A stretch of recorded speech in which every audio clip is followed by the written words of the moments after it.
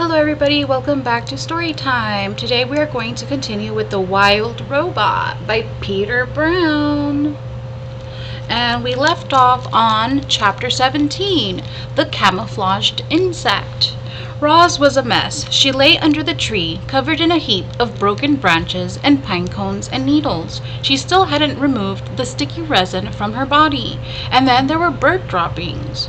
She was about to get up and give herself a rigorous cleaning when she noticed a peculiar twig.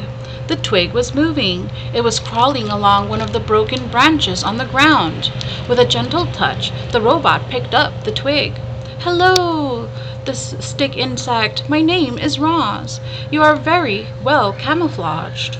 The stick insect's body was long and thin. He had the same shape and colors and markings as a real twig, but if you looked closely, you just might see two tiny eyes and two spindly antennae. The insect didn't make a sound, and he sat perfectly still as the robot. The two of them sat still and silently stared at each other for a while. "Thank you, stick insect," said Roz as she placed him back where she found him. "You have taught me an important lesson. I can see how camouflage helps you survive. Perhaps it could help me survive also." And here's a picture.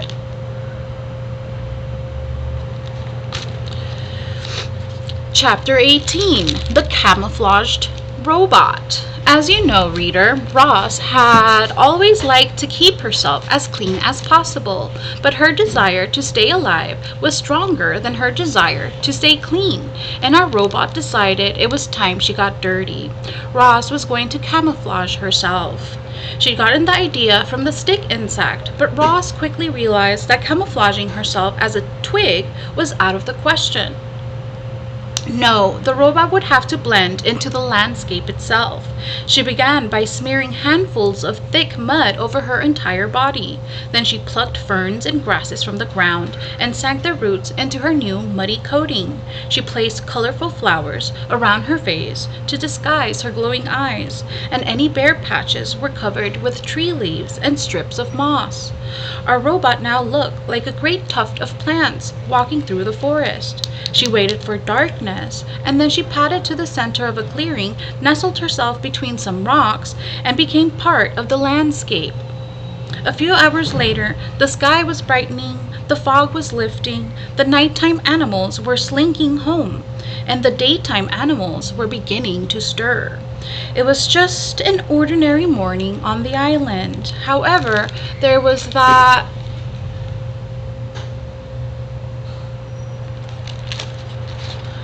new tuft of plants in that one forest clearing. Only the bees had noticed the tuft. They buzzed around it, completely unaware that the robot was hidden beneath. And so Roz sat there, right in the open, yet completely unseen, and observed the wilderness around her. She watched flowers slowly turn toward the sun. She listened to rodents crawl through the weeds. She smelled the moist, piney air. She felt the worms wiggle against her muddy sides. A week later, the tuft of plants was gone, but there was a new clump of seaweed on the shore. A week after that, the clump of seaweed was gone, but there was a new bramble on the mountain. Then there was a new log on the riverbank. Then a new rock in the forest. Chapter 19, The Observations. Clouds scudded through the sky. Spiders spun intricate webs. Berries beckoned to hungry mouths. Fox stalked hares.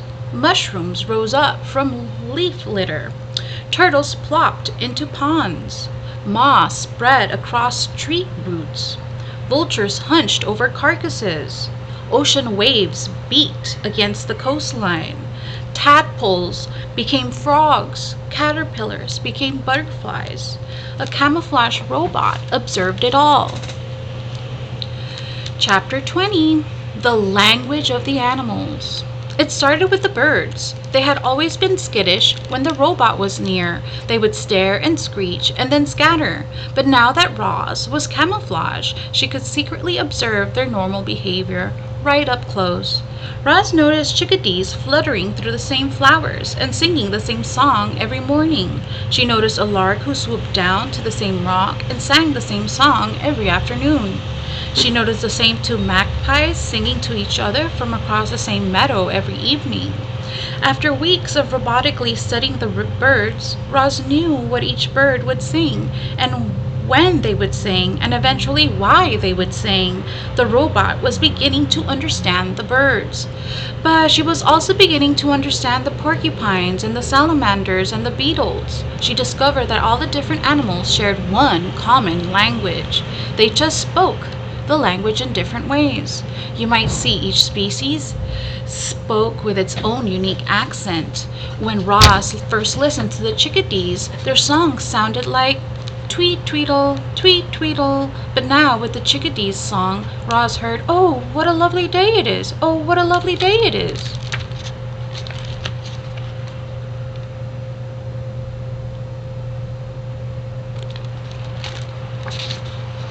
Deer spoke mostly with their bodies. By simply turning her head, a doe could say to her family, "Let's look for clovers by the stream." Snakes often hissed to themselves things like, "I know there's a tasty mouse around here somewhere." Bees said very little. They used their wings to buzz a few simple words like nectar and sun and hive. Frogs spent much of their time searching for each other.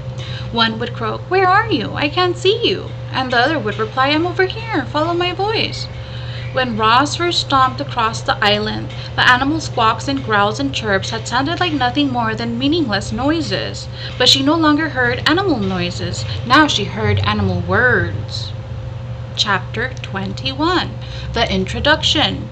There was an hour each morning in the dim light of dawn when all the island animals were safe. You see, long ago, they had agreed not to hunt or harm one another during that hour. They called it the dawn truce.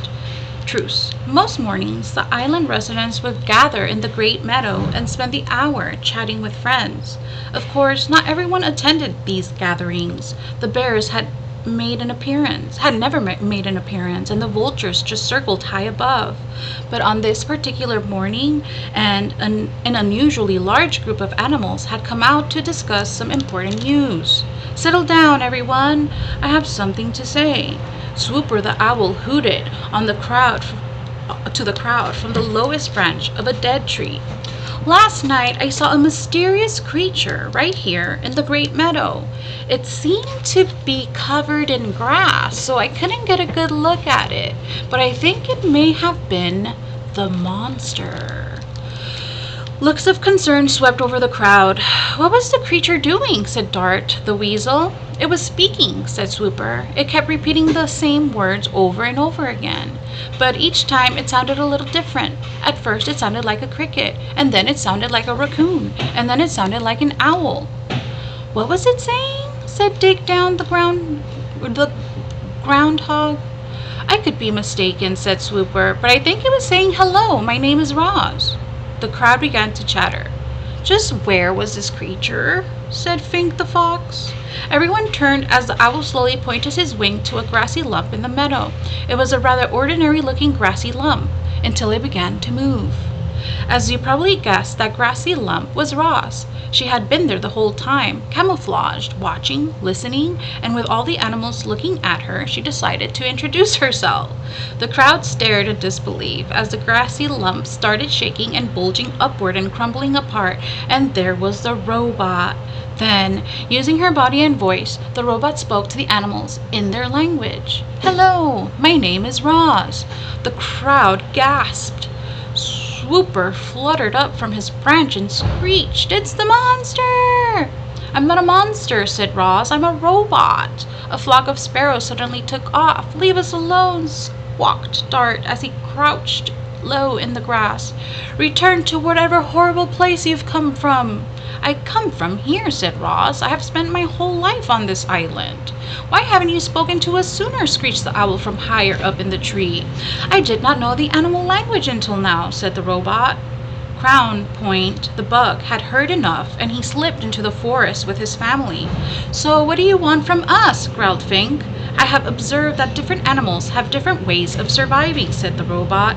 "I would like each of you to teach me your survival techniques." "I'm not going to help you," screeched the owl from the very top of the tree. "You seem so unnatural." "The monster is just waiting to gobble us up," shrieked Dig Down, and the groundhog disappeared into a hole.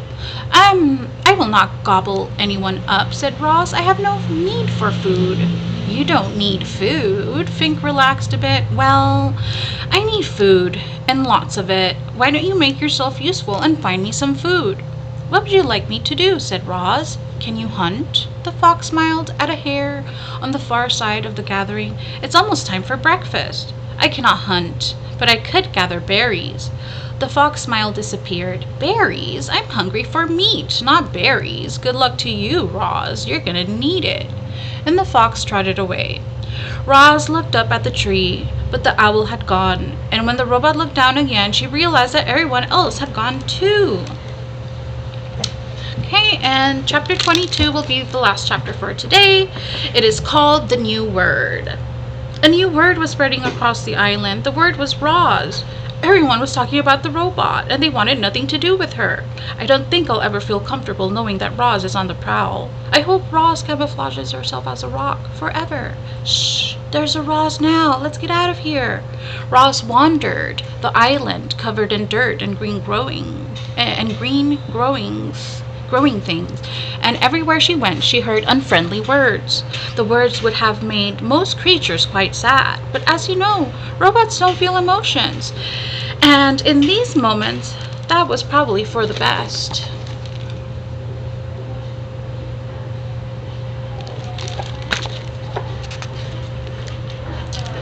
Alright, we will continue with the next chapter in the next video. Thank you so much for listening.